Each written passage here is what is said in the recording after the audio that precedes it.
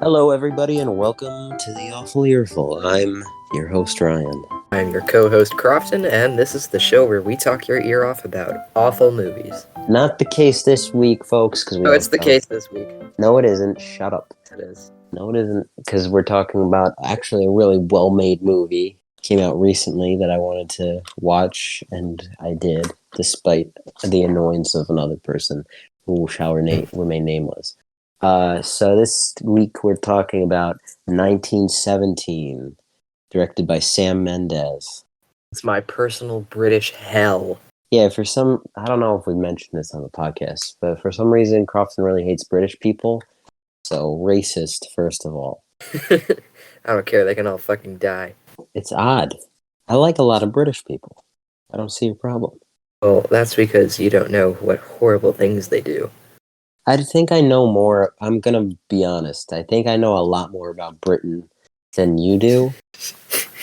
But you don't know about my personal perception of Britain. Oh, no, I do. So, I think I know more about this all around than you do. Whatever, fuck the British. This movie sucks. Sure. All British people are all dead, and I hope that they all die again. So, anyways, aside from this psycho with me, this film, the basic premise is, and I'm going to start off at the top because I want to make this into a fun thing.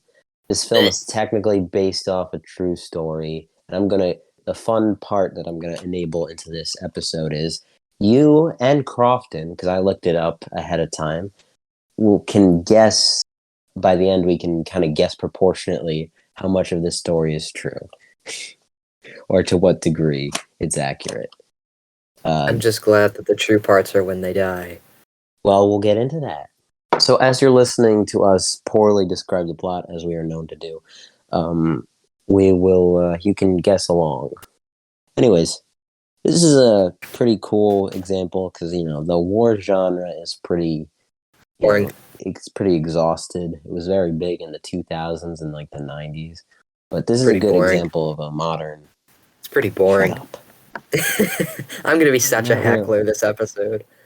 Anyways, if you don't know the quote unquote gimmick of it, it's made to look like it's one shot the whole film.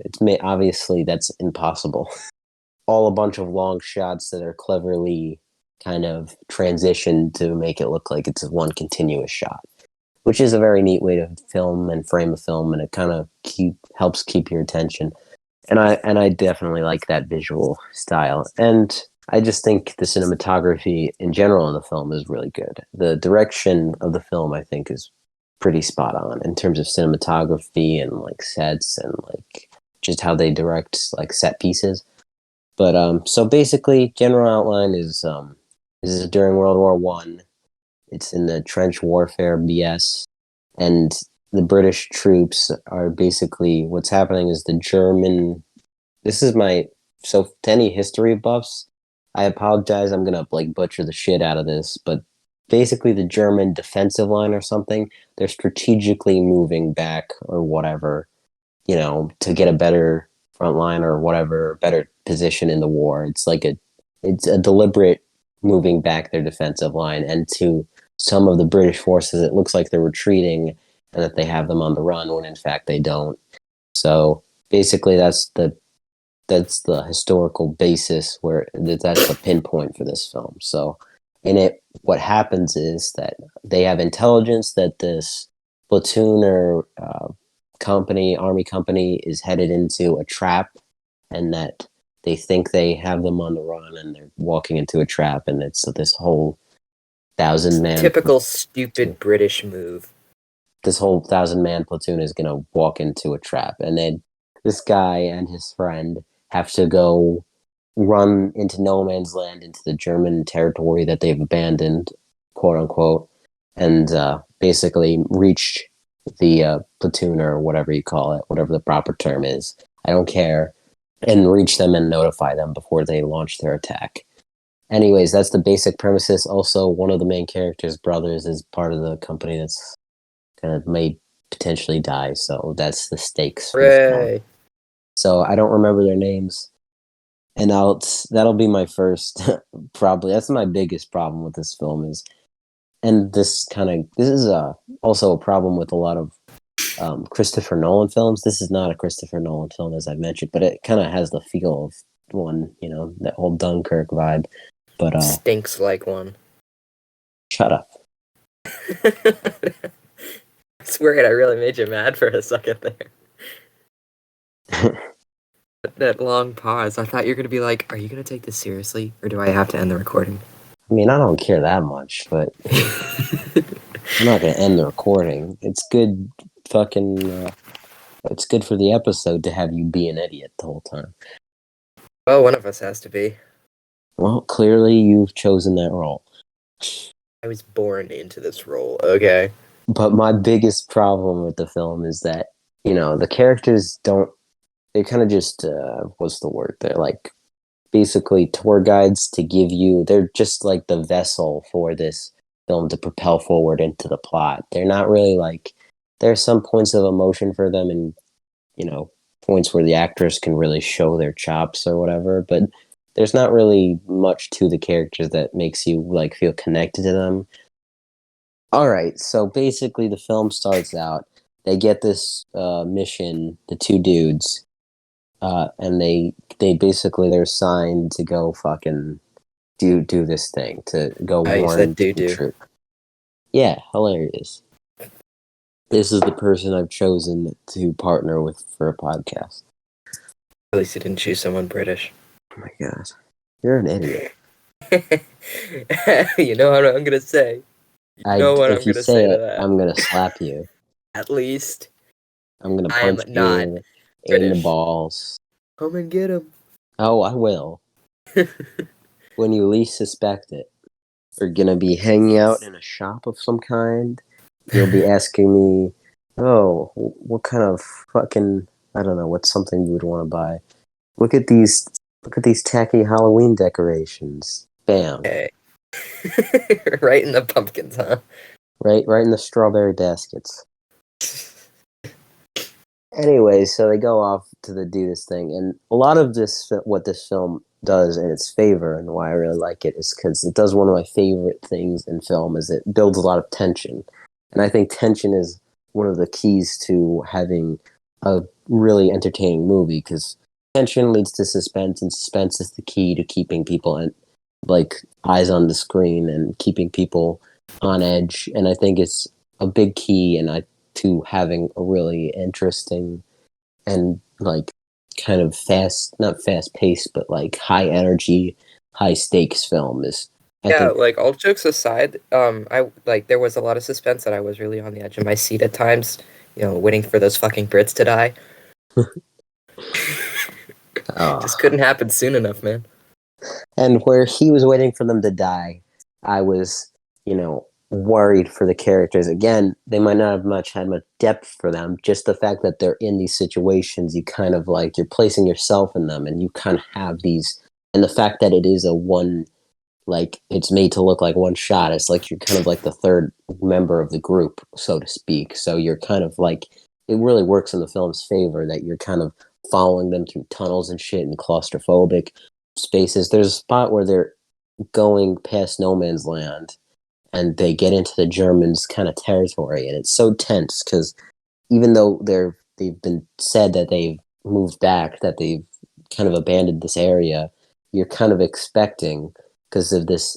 It's trench warfare. They're like there's always just back and forth, and the enemy never lets up. So you're expecting there to be some sort of threat, and even though it's not there, there's always this looming thing of like there could be anybody there, there could be anything there, and they come upon traps. There's this one part where there's a rat really fucks them over. There's a tripwire. The little rat friend. He was my favorite character. Yeah, and he's like, and then it just runs into a tripwire, and then the whole thing comes down, and they have to run through like dust and like through the debris and shit. And this one guy like gets dust in his eyes, so he's like blinded temporarily, and they Good. have to jump across this ravine. Yeah, I get it, Mr. Sourpuss, fucking British racist. I get it, but it's a really tense moment of the film. So they do Yeah, I that. was They hoping they jump wouldn't out. make it. Yeah, I get it. I get it. You got a one note joke here, and This is gonna be the whole thing, man. Well, I sure hope you find it entertaining. Oh, I do. And you know what? I hope you do get genuinely angry, because that'll be even funnier. I'm too laid back to get angry. Sure. We'll Mm-hmm. see. We'll see. We'll see, little British boy. British? I'm British now? British blood. Infected. I think I sound like the least British person that you could. You still have their blood. What are they, vampires now? Or plagues. What? Or a plague. You know what's a plague? You're dumbassery. But That's at how... least Nope. I'm Nope. not I will just kick you from British. this server. But then who will you do your podcast with? I'll just wrap it up quickly. End of the series, folks. Due to some dumbass. Anyways, so... This is a hill that I'm willing to die on. Oh my god, I don't care. So they make it to this little these grassy plains, and they're watching this dog fight, and you know not the Americans, I don't know, but the British pilots shoot down this German pilot, and there's a cool shot where the plane kind of falls down. So this is a big moment of the film, kind of, because quote unquote the main character, or who you expect to be the main character of the film, or who's set up to be, dies. The first guy who was initially sent on the mission, and whose brother is at risk. He dies, and he's set up to be. They pull kind of like, as many people put it, a psycho move, where like the set up to be main character dies really early on, and then it's transferred onto another character.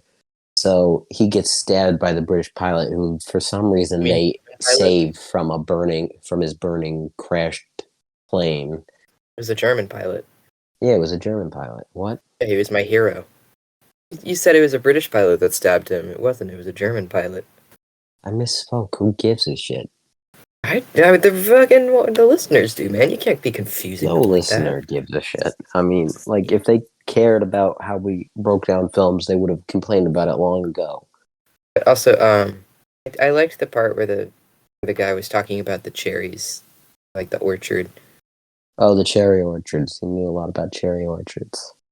Yeah. And then I was also rather sad, because I thought that the other guy was gonna die, and I was really hooking my pony to that cart. I wanted him to die because he just looked so British. I knew you when you said that. I was like, oh, he's gonna be so pissed when the other one dies. And I do feel bad for him in the film. I know you don't care because he's British, but I'm making a point here. Yeah, I do. I think the film, despite them not having a lot of character depth, you do tell, it does come across that they're friends in the film, and like the fact that he gets stabbed, and like he gets really freaked out because of how much like pain he's in. It's a well acted scene, and you know, you do feel bad for this guy who's on his own now. Again, I do. I know you're heartless, but yeah, I did like the British pain. That was a great scene. But yeah, I thought it was a fun scene, and then it's funny watching him squirm and tell the other guy to put him down. He was really kicking. Yeah, you're a monster. Yeah, and then his face was drained color. Yeah, his face is like Dawn of the Dead level discolored. See, it is realistic. Absolutely. Dawn of the Dead was a documentary. It was realistic. It had a dude with an eye patch on television, and British person died. My favorite part of reality. British person died? Yeah. In Dawn of the Dead? Who was British? Oh, well, I'm talking back about 1917. Oh, I was like, I don't remember any British people in that movie. Thank God. That's what made it a good movie. Yeah, anyways, it was a well done scene. Anyways, this guy gets picked up by another regiment of people who are off to do something separate, but they pick him up and give him a ride. And that's another thing I like about this movie, is these people are on their own journey throughout the thing, and it keeps, anytime they run into different sets of characters, it feels like those characters are in their own movie. Like, these guys that pick up the surviving British dude, they kind of have their own camaraderie, and they look kind of distinct like characters. And even, this is a small bit, but like even the British like general who's leading the charge. Like he's just in the car at the front. And there's a tree that's fallen down, and he's just yelling at the guys to hurry the fuck up and move the tree. And he's like, how hard is it to move the fucking tree? He even had somewhat of like a flamboyant character, despite being in the film for like 2 seconds. So it really feels like they're intersecting with just a bunch of other movies, like these characters who are doing their own thing, which I did think was a neat aspect of the film. So it's I will just like say, I these. was thought I did think it was pretty nice that they gave the dude a ride. Yeah, I liked that. Like anytime, like because of such a high stress and like scenario, and it's like it's such a hard journey. Anytime they come up with a little bit of like kindness or a reprieve, is a moment you kind of take in because like they have such a fucking hard time, or at least they up until one of them dies. Then he has such a hard time throughout the film trying to get to this one fucking place. Yeah. Later they drop him off because they have to diverge paths, and he, as soon as they leave, he starts getting shot at. And whenever like there's a scene of this dude like running getting shot at, it's so, I thought the tension Funny. was, sure, funny, but I thought the tension was incredible because like it feels like he can be shot at like any moment, and like he's on his own, and he's just being like shot at left and right. And like it's really tense. He gets up to this thing, and he has to try and shoot out this sniper who's like fucking trying to kill him. And he makes it up this tower, and then like because he actually shoots him first. He thinks he might have gotten down, so he approaches up the tower. The guy's still up, and he shoots him. And just as he shoots him, like the sniper fires a bullet off and kind of ricochets off the side of his helmet, and it knocks him out, and he loses some hours. But it's like a really tense moment that I thought was Too bad really he well didn't lose done. the rest of his hours. Anyways, he makes it further along, and he gets chased by German soldiers and whatnot. And that is a majority of it. He gets chased, he falls down a waterfall and shit. Like it's basically one long. It's like an action scene almost. Like it's just high energy throughout the whole thing. And I'm not saying not a lot goes on, because a lot does go on. But in terms of explaining stuff, it's just like he keeps running, and he runs into this obstacle, and then he runs into this, that kind of thing. It's entertaining to watch, but I'm not gonna break it all down. But he ends up running into the regiment. You're not even gonna talk about the part where he's like crawling over the bloated bodies in the water. That's like a one singular part. There's a part where he crawls over bloated bodies there. And then he comes across that one group with the dude singing. Yes, that's what I was just getting. He gets to the regiment that All we right. meant to get to. And Forgot that was part of the regiment. it's a bit of a reveal. He gets to this regiment, and there's a dude singing. The soldiers are having a bit of a reprieve, so he finally sits down for a second because he just got his ass chased for like a fucking while, and he fell down a waterfall and climbed over bloated dead bodies, as you mentioned. And he's just sitting down and relaxing for a moment, and he figures out he's in the 501st or whatever the fucking army term it is for it. Basically, the ending of the movie is him running to get to the general he's meant to give the message to. And they're already kind of starting the attack, so he's running past these lines. He goes, as they're like launching their attack, he's running past soldiers like diagonally across where they're running, and he's And like, he fucking ran into like two people and tripped. well, and that kind of added realism for me, I thought it was funny. It's like, you because I fucking know I idiot. would trip a bunch. Oh, it's uneven ground. There's a bunch of people running at you. I just thought it was so funny. Fair enough, but it's really intense because there's bombshells like basically landing right and left next to him, and he's makes it to the general barely because these soldiers try and keep him from, because I think he's just a nutcase. But he And makes it's it in. Bumper Shoot Cabbage It's Patch. Bender. You messed me It's up. Bender Snatch Cabbage It's Bush. Bender, but fucker snitch. But yeah, you fucked me up. It's Benedict Cumberbatch. Now I can't Cumberbatch. Benedict Cumberbatch. I don't like Benedict Cumberbatch, so I was happy to see him at the end. And he's like, dude, shit's fucked. They're waiting for you. And he's like, nah. And he's like, no, dude, it's shit's fucked. And he's like, fuck. Typical British arrogance. I was glad that he was in the movie despite it being short. Anyways, so he gets the message in, and they call off the attack, so his objective is complete. And then he runs off, and he finds his brother, and he has a nice little moment where he tells his dead friend's brother about it, and they have a little thing, and it's a neat moment. And then they have a nice kind of end cap to the movie where at the beginning it was that guy sleeping on a tree before his friend woke him up, and at the end of the movie he finally takes a rest and he sleeps And then next he to the tree. dies. He does not die, but he sleeps next to this tree. I'm gonna say that he dies. Sure, whatever. Anyways, Yay! that's the movie. A very condensed version of it. I enjoyed it. I thought it was very well directed, and the acting was good. Again, as I said, my main problem with the film is the characters, and they're not having much depth to them. But other than that, set piece is great. The cinematography is great. It really put you in the kind of atmosphere that it wanted you. Get great tension. So overall, I think this is a really neat film. I will admit, I did think it was pretty cool that they formatted it to make it look like all one shot. That must have been tricky. And I Yeah, like that they burned a church down. Hooray! there we go. So now we get to finish the game of how much of this was accurate. All right. Oh Do you shit! I want wasn't even to? keeping What do track. you have any guesses of how much this? Do you think it was pretty accurate, or the story was pretty accurate, or it was how true it was? I feel like it's either going to be like some normal percent, like they took a couple creative liberties, but they tried to stick with like character names and key events, or it's going to be like 100% accurate from the motherfucker's memoirs himself.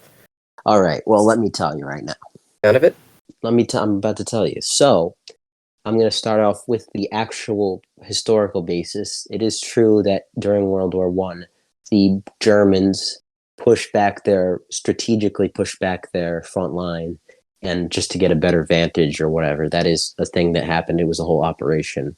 For a while, people were unsure in the British ranks of whether they were retreating or whatever. There was a lot of confusion during that time, and the characters are 100% fictional. The story is fictional. So barely any truth. There is some truth to the messenger story in that the director Sam Mendes, his great grandfather or whatever grandfather who fought in World War One, he had in his memoirs he had accounts of where there was this troop that lost contact. These troops that lost contact and information with his people, so he had to basically run around and get in contact with all the other troops and regiments, basically. And so in that there is some inspiration from that because he did have to apparently run across no man's land and people shot at him and eventually they stopped. There's a funny anecdote. I thought they eventually stopped shooting at him and he guessed that either they thought he was dead already or they just thought he was a nutcase for running in no man's land. So the story is partly like the idea of having a messenger trying to get to different regiments is partly inspired from the director's great grandfather or whatever in his memoirs, and the actual event of the Germans pushing back their line is a historical event. But other than that, the characters are fictional. The actual storyline of this specific event in the film is not that's all fictional. Thank God. You hear that, guys? The British are fictional. Yeah, that's what my point was. Thank But God. the reason I wanted to bring it up is because the way I watched the film, I was like, man, I heard it was based on a true story. This must be. I expected because they didn't put much depth into the characters and because of how like the one of the guys dies right at the beginning. I was like, maybe that's the historical thing where the guy died at the beginning, and it's like, no, none of that shit happened. It's like vaguely inspired from some actual things. I just thought that was funny because when I was watching it, I was like, wow, this feels really accurate. Must have happened. Nope. See, But that's just what the British are about: lies and deceit, making themselves seem cooler than they really are. yeah, it's so different from America. Anyways, if I had a rating system, I'd give it a 7 bloated dead bodies out of 10 cherry blossom orchards. I guess I'll give it on a technical scale, 4 dead British freaks out of 10. On technical? Yeah. On a technical, I'd give it like an 8. Well, I'm not a respectable person like you. No, you're not. I was expecting you to give it a better score on technical and then come up with a bullshit British score. No, I'm even on a technical scale. I just can't get over the Britishness. That's truly amazingly stupid. Thank you. No, Yeah. no, that wasn't a compliment. Well, I'm taking it as one. You can take it and then lie to yourself like you think the British lie. All right. Well, anyways, The I'm British. glad. Okay, whatever. Jesus Christ, give it a rest. Never. Christ. Anyways, so. Oh yeah, as per usual. Well, first of all, I just want to say despite Crofton being very annoying, I'm glad I watched it with him. But, That British dude who ended up being the main character, he looked like Greta Thunberg. yeah, who I vaguely remember because I don't really pay attention to people like that. Anyways, yeah, this is fun. As per usual, if you're listening to us on the podcast, check out our YouTube, which is provided in the description. You can also find in the description all the places our podcast lives, and in vice versa, YouTube in the description, all the places our podcast lives. There's much more episodes up on the podcast that are available on YouTube. So, as I said, just check that out. And last episode didn't do too great, and I think that's because we missed a week because I was on vacation and I kind of got a little bit lazy with the release and I didn't get enough done in time. So that's a big part of that. Because I think we missed a week, but anyways, I'm hoping we can get back in the groove of things. I believe next week we're doing some film that I can't remember the name of that Crofton picked out. Inspired. Inspired? What was it? What's the film? I think it's Blood Feast 2. Anyways, give us a listen if you hate the British. And give us a listen if you don't. No, just give us a listen if you do, and that way if it goes really well, then I can gloat. Well, if it goes really well, it kind of goes against your argument because this would show support for a British-based film episode. No, it would be showing support for my heckling of the British. And then I'll really never shut up. Well, no, because you had to click on it to listen, so they wouldn't know about your heckling of the British. Well, we could allude to it in our title. Yeah, I don't know how that would fit in unless it was particularly clever. You would have to have some interest in the film to listen to the episode all the way through, though. So it would be supporting British people in some way. You see, your British is poking out. You're being so deceitful. No, I'm being honest. I think your idiocy is just like poking its head out. You saying that because I'm Irish? Because the British fucking hate the Irish, huh? I'm more Irish than British, you dope. And I'm more Italian than either. Anyways, so what was the film again? Blood Feast 2. Blood Feast 2. It's a crappy movie, allegedly. But anyways, so we're gonna be doing that. So we'll be getting back to good old crappy random films. Good old schlocky horror. So, hope you enjoyed, and we'll see you later, chaps. Fuck the British. Boy, mate.